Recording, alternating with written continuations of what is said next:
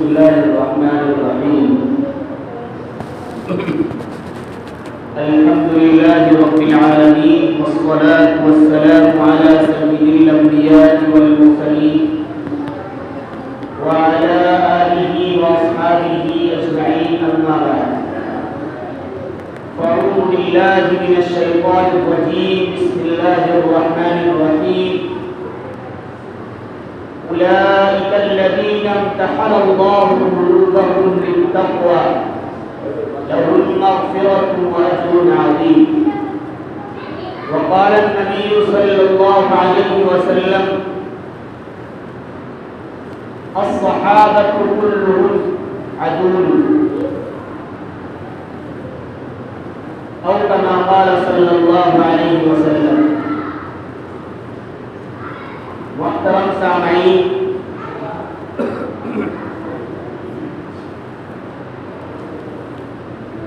اس کائنات کے اندر اللہ رب العزت والجلال نے جو جماعت سب سے افضل اور سب سے مقرب بنائی ہے وہ پیغمبروں اور رسولوں کی جماعت ہے کہ اللہ کے پیغمبر اور اللہ کے نبی اور انبیاء اور رسول پوری دنیا میں سب سے زیادہ مقرب ہیں، سب سے زیادہ افضل ہیں،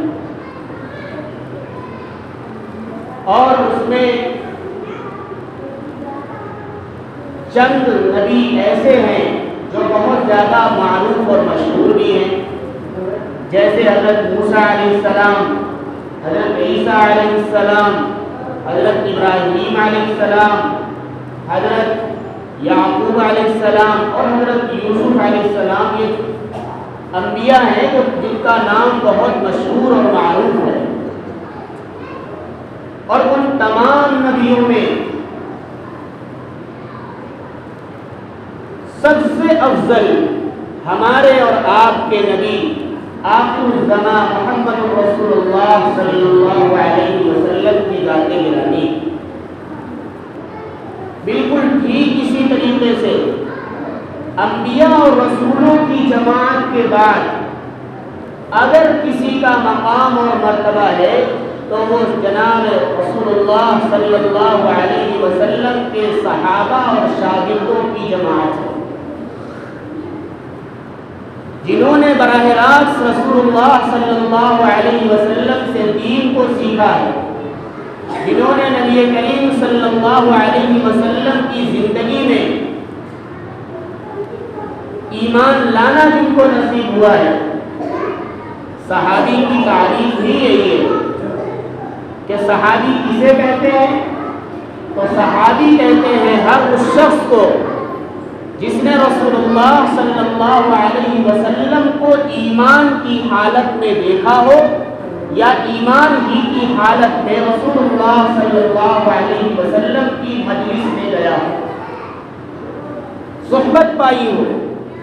اگر ہم یہ قید لگا دیں کہ ایمان کی حالت میں دیکھا ہو تو پھر وہ صحابی جو نابینا صحابی ہیں وہ صحابیت سے نکل جائیں گے، وہ صحابی نہیں بن پائیں گے. اس لیے صحابی کی تعریف یہ کی گئی ہے کہ جنہوں نے نبی کریم صلی اللہ علیہ وسلم کو ایمان کی حالت میں دیکھا ہو یا ایمان ہی کی حالت میں رسول اللہ صلی اللہ علیہ وسلم کی مجلس میں بیٹھے ہوں، ان کی صحبت پائی ہو اور ایمان ہی کی حالت میں ان کا انتقال ہوا. یہ نبیوں کے بعد، رسولوں کے بعد سب سے مقرب، سب سے افضل ترین جماعت ہے جنہیں صحابہ کرام رضوان اللہ تعالی عنہم اجمعین کی جماعت کہتے ہیں. آج اگر ہمارے سامنے صحابہ کا تذکرہ آتا ہے تو ہمیں صحابی بھی معلوم نہیں ہوتا کہ صحابی کسے کہتے ہیں. اسی طریقے سے چار ایسے خلیفہ ہیں، چار ایسے صحابہ ہیں جو بہت زیادہ مشہور ہیں، جنہیں خلفائے راشدین کہا جاتا ہے، جس میں سب سے پہلا نام حضرت ابو بکر صدیق رضی اللہ تعالی عنہ کا آتا ہے، دوسرا نام حضرت عمر بن خطاب رضی اللہ تعالی عنہ کا ہے، اور تیسرا نام حضرت عثمان رضی اللہ تعالی عنہ کا ہے. اور چوتھا نام حضرت علی رضی اللہ تعالی عنہ کا ہے۔ ان چاروں خلیفہ کو، ان چاروں صحابی کو خلفائے راشدین کہا جاتا ہے۔ اور ہمارا یہ عقیدہ ہے، اہل سنت والجماعت کا عقیدہ یہ ہے،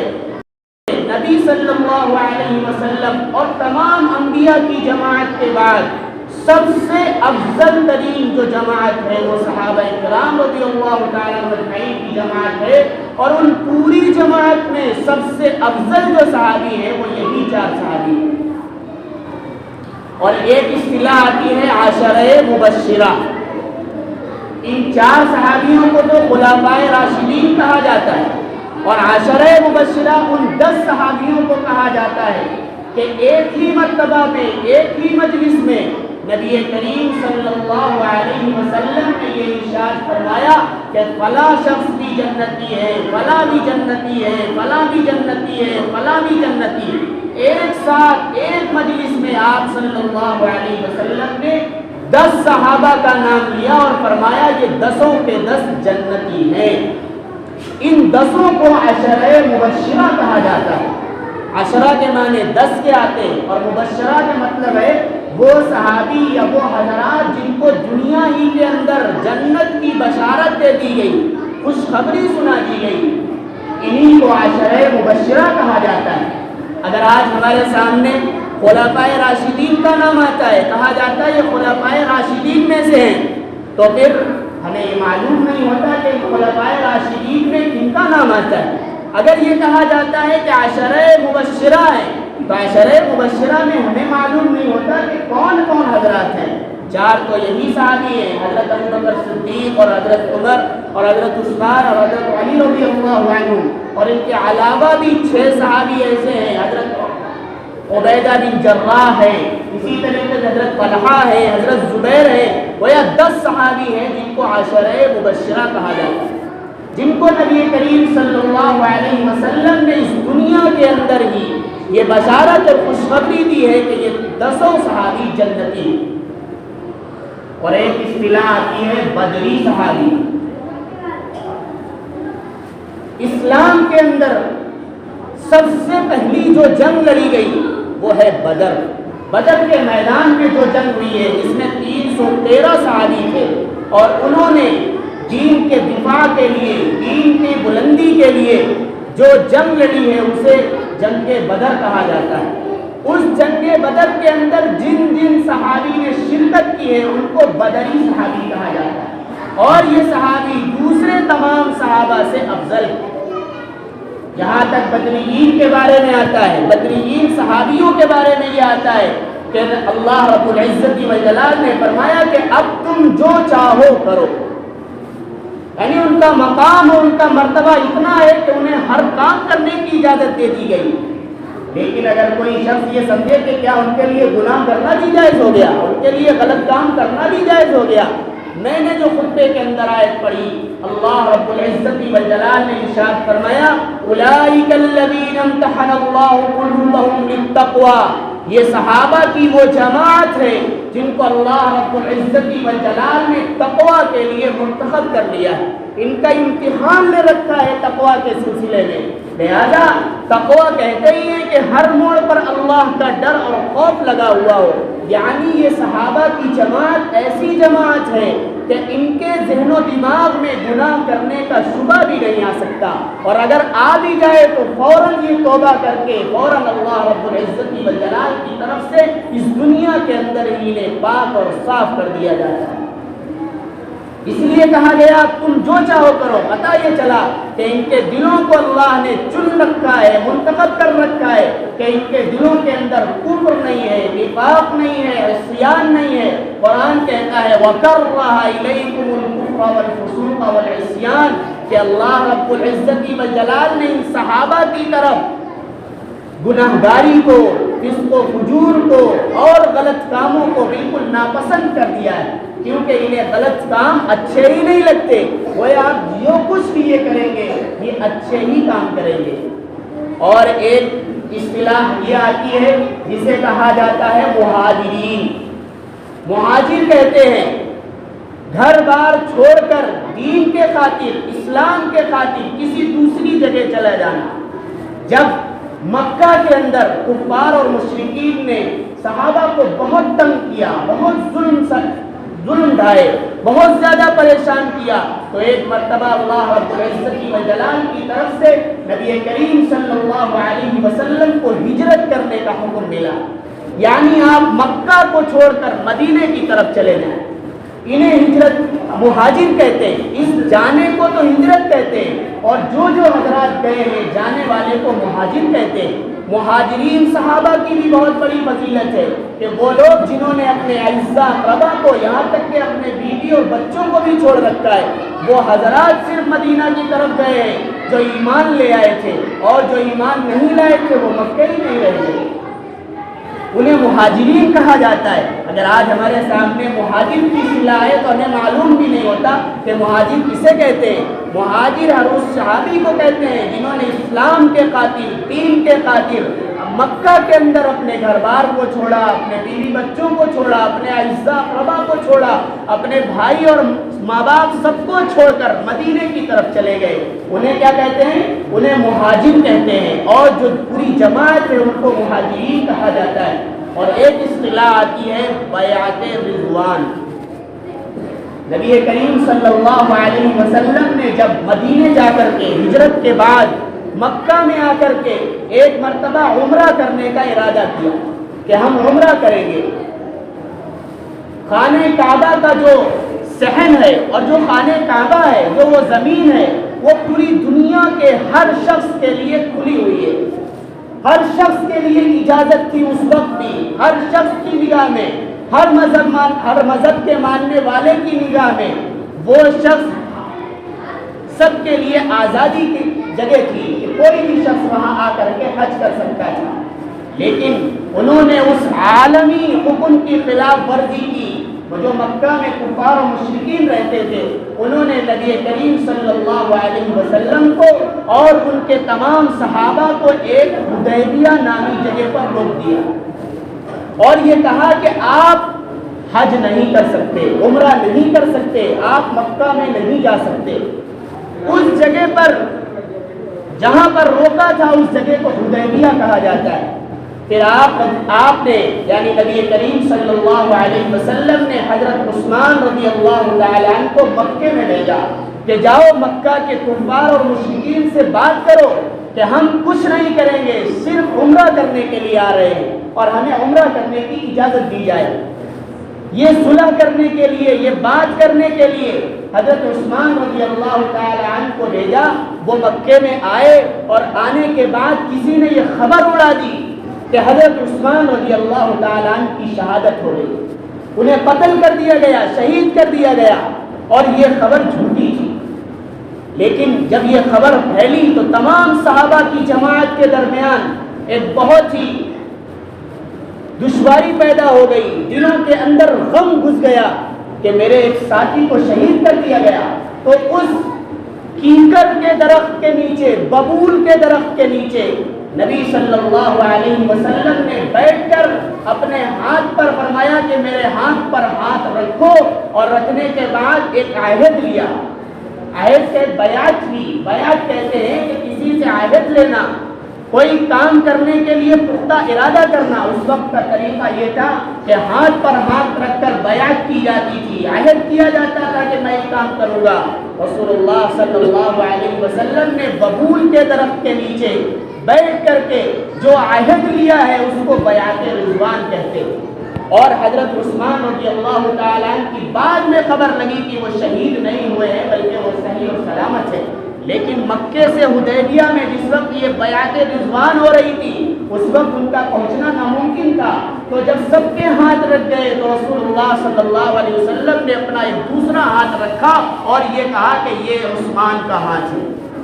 اس کو بیعت رضوان کہتے ہیں۔ گویا صحابہ رضی اللہ تعالیٰ مجمعین کے درمیان جو ہماری اصطلاحات ہیں وہ آج ہم میں سے بہت سارے لوگ ناواقف ہیں، اور یہ بھی معلوم نہیں ہوتا کہ خلفائے راشدین کسے کہتے ہیں، بدری صحابی کسے کہتے ہیں، مہاجر کسے کہتے ہیں، بیعت رضوان میں جو صحابی شریک تھے وہ کیا چیز تھی اور کہاں پر ہوئی تھی، یہ ہمارے گویا واقعات ہمارے سامنے نہیں ہیں اور ہم اس کو جاننے کی بھی فکر نہیں کرتے۔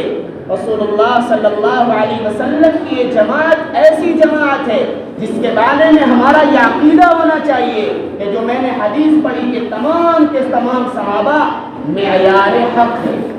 معیار حق کا مطلب کسوٹی ہے، جس طریقے سے ایک سونے کو ایک چاندی کو کسوٹی کے ذریعے سے پرکھا جاتا ہے اور یہ سمجھا جاتا ہے کہ اس کا کسوٹی کے ذریعے سے یہ سمجھا جاتا ہے کہ یہ سونا بالکل صحیح ہے، اس سونے کے اندر ملاوٹ نہیں ہے۔ اگر آج دین کو پرکھنا ہے تو صحابہ رضوان اللہ تعالی مجمعین کے کارناموں کو دیکھنا پڑے گا، ان کی ذات کے مطابق، ان کی زندگیوں کے مطابق اگر ہمارا آج کا دین ہے تو یہ سمجھیے کہ ہمارا دین سچا اور صحیح سالم ہے۔ اور اگر صحابہ کی زندگی سے ہماری زندگی خلاف نظر آتی ہے، ہماری زندگی کے اندر جو دین ہے صحابہ کی زندگیوں کے اندر جو دین تھا اس کے خلاف نظر آتا ہے تو پھر یہ سمجھیے کہ ہمارے دین کے اندر ملاوٹ ہے۔ اس لیے کہ تمام کے تمام صحابہ معیار حق ہیں، تمام کے تمام صحابہ عدول ہیں، ان کو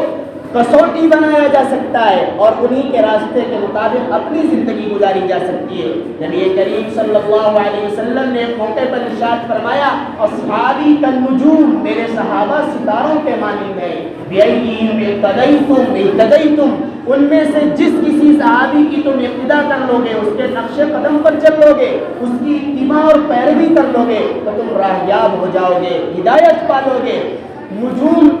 نجم کے معنی ستارے کے آتے ہیں۔ پہلے راستہ پہچاننے کے لیے قبلہ نہیں تھا، موبائل کے ذریعے سے کوئی لوکیشن نہیں تھی، لوگ ستاروں کو دیکھ کر پہچانتے تھے کہ یہ راستہ کدھر کو جا رہا ہے۔ آپ صلی اللہ علیہ وسلم نے اس وقت کے لحاظ سے اپنے صحابہ کو ستاروں سے تشبیہ دی ہے اور یہ کہا ہے کہ اگر تمہیں سیدھا راستہ چاہیے تو ان صحابہ کے راستے پر چلو، تمہیں راہیابی مل جائے گی، تمہیں کامیابی مل جائے گی، تمہیں ہدایت مل جائے گی۔ لیکن افسوس کے ساتھ کہنے دیجیے کہ آج ہم میں سے بہت سارے لوگ صحابہ کی جماعت کا تعارف ہی نہیں جانتے اور بہت سارے لوگ جانتے بھی ہیں تو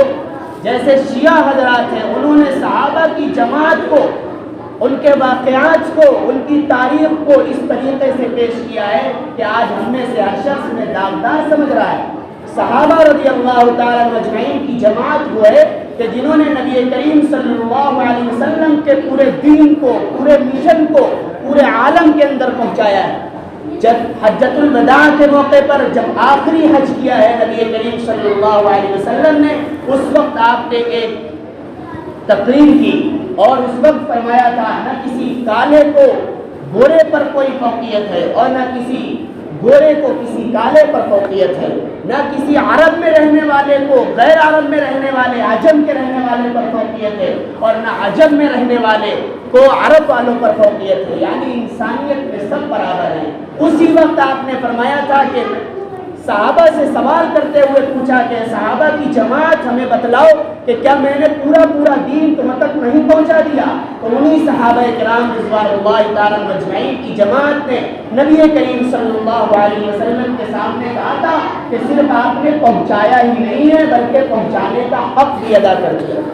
اور اس وقت یہ آتا ہے کہ جس طرح جس کی سواری کا منہ جدھر تھا اسی وقت صحابہ کرام رضوان اللہ تعالی مجمعین نے نبی کریم صلی اللہ علیہ وسلم کی اس بات کے منشے کو سمجھا اور یہ سمجھا کہ اب دین مکمل ہو چکا ہے اور اب نبی کریم صلی اللہ علیہ وسلم کے جانے کا زمانہ بھی قریب آ چکا ہے، لہذا ہماری ذمہ داری ہے کہ اس پورے دین کو پورے عالم میں پھیلایا جائے اور اسی وقت اپنے بچوں کو چھوڑ کر، اپنے اعزاء اقربا کو چھوڑ کر جو جہاں تک جا پایا وہ گیا اور پوری دنیا کے اندر اسلام پہنچایا۔ آج صحابہ کرام رضوان اللہ تعالی مجمعین کی جماعت کو بہت ہی داغدار کر کے پیش کیا جاتا ہے اور حضرت امیر معاویہ رضی اللہ تعالیٰ عنہ کی ذات کو بہت ہی زیادہ غلیظ الفاظ سے یاد کیا جاتا ہے اور کہا جاتا ہے یہ باغی تھے، یہ باغی جماعت کے سربراہ تھے، نعوذ باللہ۔ رسول اللہ صلی اللہ علیہ وسلم کی ذات گرامی پر جو قرآن کریم نازل ہوا، اس پوری جماعت کے لیے ایک ہی جملہ اللہ رب العزت والجلال نے فرمایا رضی اللہ عنہم ورضوا عنہ، کہ اللہ ان جماعت سے راضی ہو چکا ہے اور یہ جماعت اللہ سے راضی ہو چکی ہے۔ لہذا کسی صحابی کو بھی کمتر نہ سمجھا جائے، اپنے عقیدے کو پختہ کیا جائے اور مضبوط کیا جائے، اور یہ سمجھا جائے کہ ہم صحابہ کرام رضوان اللہ تعالی اجمعین کے حالات کی اور ان کی زندگیوں کو پڑھیں گے، ان کی تاریخ کو پڑھیں گے، اور اپنے بچوں کو، اپنے نونہالوں کو ان سے واقف کرائیں گے۔ ایک واقعہ صرف چھوٹا سا بتلاتا ہوں کہ چند دنوں پہلے مضمون آیا، اس میں یہ لکھا تھا کہ ایک ٹیچر نے، ایک استاذ نے اپنے اسکول اور کالج میں بچوں سے سوال کیا کہ یہ بتاؤ تم پڑھ لکھ کر کیا بننا چاہتے ہو؟ تو ایک بچے نے کہا کہ میں انجینئر بننا چاہتا ہوں، دوسرے سے پوچھا، اس نے کہا میں ڈاکٹر بننا چاہتا ہوں۔ گویا ہر بچے نے اپنے منشا کے مطابق، اپنے ذہن و دماغ کے مطابق، اپنے ذوق کے مطابق یہ بتلایا کہ میں ڈاکٹر بنوں گا، میں انجینئر بنوں گا، میں کوئی اور وکیل بنوں گا، اس طریقے سے۔ ایک لڑکا بالکل کنارے اکیلے میں بیٹھا ہوا تھا، جب اس ٹیچر اور استاد نے اس بچے سے پوچھا کہ بیٹا تم کیا بنو گے، تو اس بچے نے کہا کہ میں صحابی بننا چاہتا ہوں۔ یہ ایک جملہ تھا، چھوٹا سا جملہ تھا، بچے اس کی بات کو سن کر ہنسنے لگے کہ آج تو ڈاکٹری کا ماحول ہے، آج تو انجینئرنگ کا ماحول ہے، آج تو وکالت کا ماحول ہے، اور یہ شخص 1400 سال پرانے لوگ صحابی بننا چاہتا ہے۔ لیکن اس استاد کے ذہن میں یہ دل میں بات لگی، اور اس نے کہا یہ بچہ کوئی ایسا ویسا بچہ نہیں ہے۔ اس نے یہ کہا کہ تم صحابی کیوں بننا چاہتے ہو؟ تو اس بچے نے کہا کہ میں سوتے وقت میری ماں روزانہ کسی نہ کسی صحابی کا کوئی ایسا واقعہ سناتی ہے، کوئی ان کی ایسی تاریخ ہمارے سامنے بیان کرتی ہے۔ میرے ذہن و دماغ میں اس تاریخ کو، اس واقعہ کو سن کر لگا کہ یہ ایک ایسی جماعت ہے جس کے اوپر اللہ کا خاص کرم ہے، جس سے اللہ راضی ہو چکا ہے، اور وہ جماعت اللہ سے راضی ہو چکی ہے۔ اس لیے میں نے ارادہ کیا کہ اللہ جس شخص سے راضی ہو جائے میں اسی جماعت میں شامل ہونا چاہتا ہوں، اور اس لیے میں کہتا ہوں کہ میں صحابی بننا چاہتا ہوں۔ میں نے ابھی کہا کہ صحابی وہی شخص ہے جس نے ایمان کی حالت میں رسول اللہ صلی اللہ علیہ وسلم کو دیکھا ہو،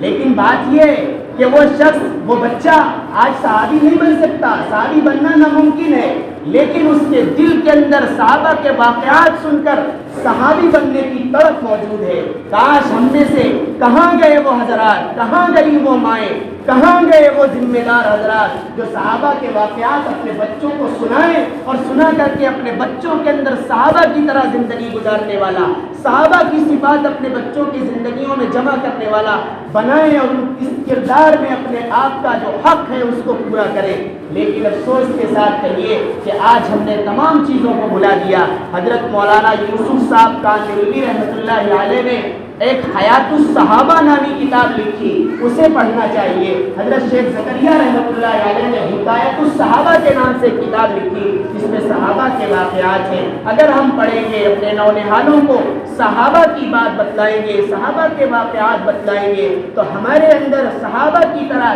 دین کے لیے، دین پر جمنے کے لیے، دین پر مٹنے کا جذبہ پیدا ہوگا۔ اللہ رب العزت والجلال صحابہ کی عظمت اور وقار دل میں بٹھانے کی، سمجھنے کی، پڑھنے اور پڑھانے کی توفیق مرحمت فرمائے۔ وآخر دعوانا